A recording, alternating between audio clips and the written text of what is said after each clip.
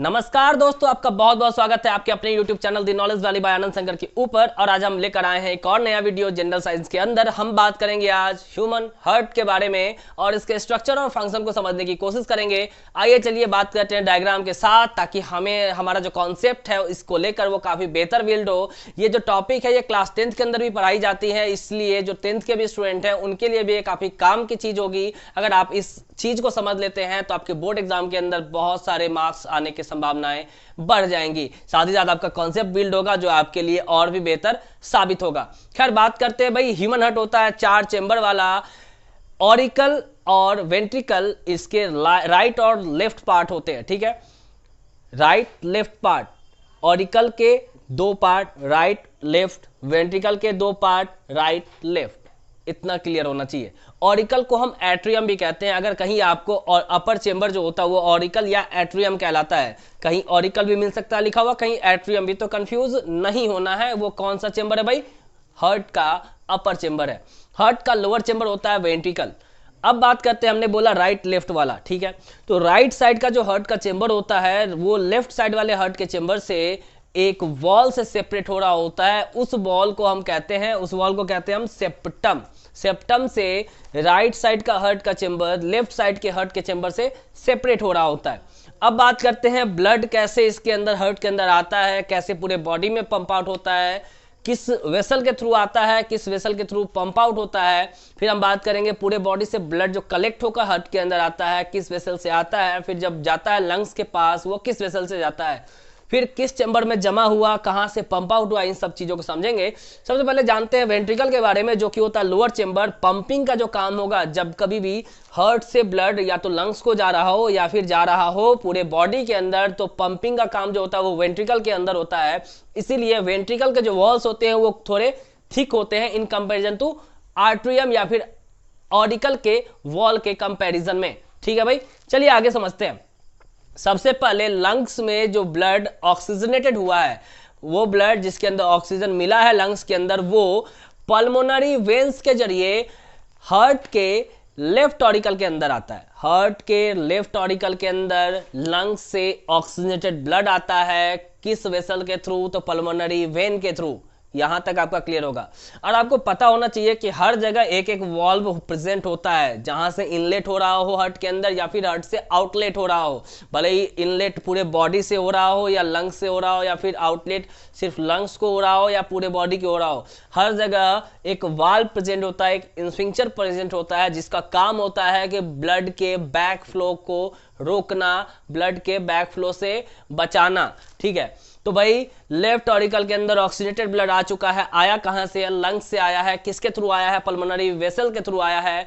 एक बात और कहते चले साथ में कि इस वीडियो को आप आखिरी तक जरूर देखिएगा, ताकि आपका जो कॉन्सेप्ट है वो बेहतर ढंग से बिल्डअप हो पाए, कोई भी चीज बीच में छूट ना जाए, ताकि अधूरा ज्ञान जो है वो आपको काफी नुकसान दे सकता है। इसीलिए ज्ञान इस चीज के बारे में पूरा लेके चलिए।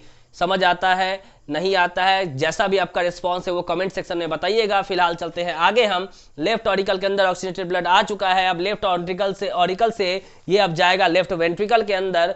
लेफ्ट वेंट्रिकल क्या करेगा भाई? वहां पे वो प्रेशर ग्रेडियंट जो बना है जिसकी वजह से इसमें आया है, अब ये क्या करेगा भाई? पंप आउट कर देगा उस ब्लड को जो यहाँ कलेक्ट हुआ है। अब जो ब्लड लेफ्ट वेंट्रिकल के अंदर था, पंपिंग हो गया हार्ट का, अब ये लेफ्ट वेंट्रिकल से निकल कर चला जाएगा एओर्टा के थ्रू पूरे बॉडी में।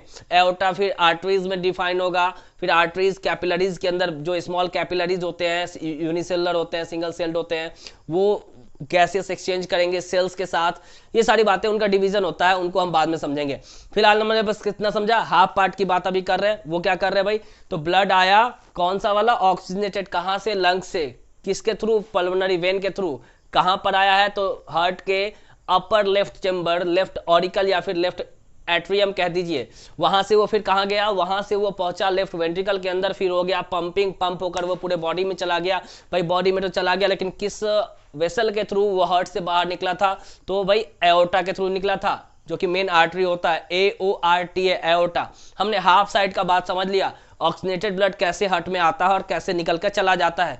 अब बात करते हैं भाई अब भाई मान लो ब्लड पहुंच गया सबके पास ऑक्सीजनेटेड, सेलुलर रेस्पिरेशन जो था वो हो गया, जो रिएक्शन होना होता है माइटोकॉन्ड्रिया के अंदर वो भी हो गया, प्रोडक्ट जो बनना था कार्बन डाइऑक्साइड वो तैयार है, अब वो ब्लड के अंदर मिक्सअप हो चुका है, अब पूरे बॉडी से ब्लड कलेक्ट होकर आएगा।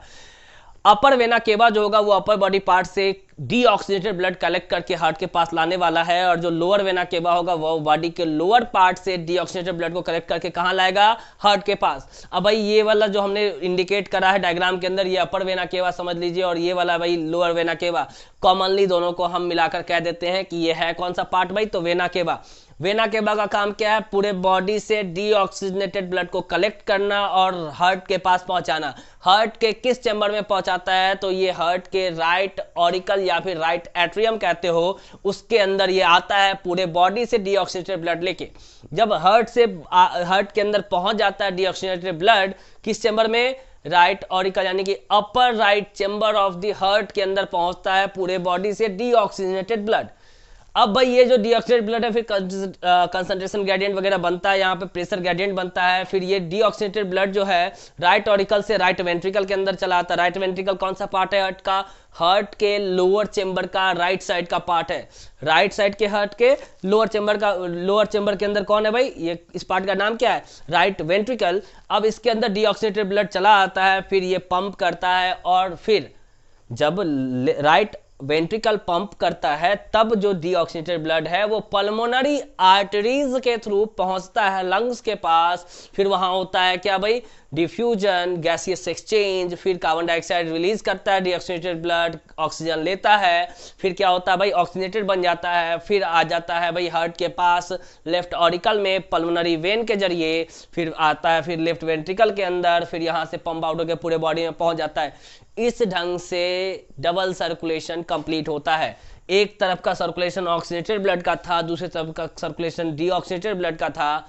और भाई ये जो भाई सेप्टम होता है ये लेफ्ट वेंट्रिकल को राइट ऑरिकल राइट वेंट्रिकल से सेपरेट कर रहा होता है, ताकि डीऑक्सीजनेटेड और ऑक्सीजनेटेड ब्लड आपस में डिफ्यूज ना कर जाएं, अदरवाइज सारे किए कराए पे पानी फिर जाना है। तो उम्मीद है आपको इतनी बातें समझ में आई होंगी।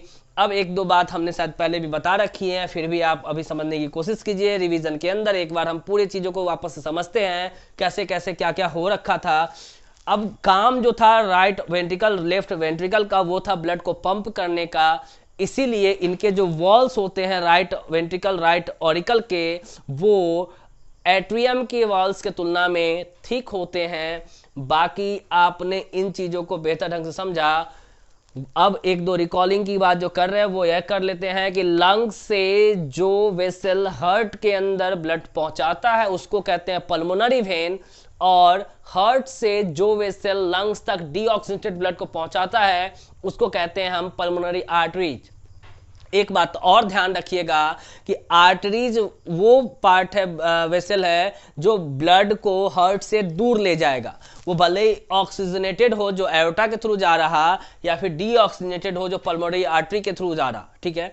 वेन्स वो पार्ट है जो हार्ट के अंदर ब्लड को लाता है, भले ही वो ऑक्सीजनेटेड हो या डीऑक्सीजनेटेड। जैसे लंग्स से जो ब्लड आया हार्ट के पास वो ऑक्सीजनेटेड था, लेकिन वो आया था पल्मोनरी वेन से, और पूरे बॉडी से जो ब्लड आया जो कि था डीऑक्सीजनेटेड वो आया वेना केवा से, जो कि एक मेन वेन होता है हमारे बॉडी के अंदर। तो उम्मीद है आपको ये वीडियो समझ में आ रहा होगा। अब तक के सपोर्ट के लिए बहुत बहुत धन्यवाद। आगे भी इस तरह का सपोर्ट बनाए रखिए ताकि हम इस तरह के और वीडियो आपके लिए लाते रहें।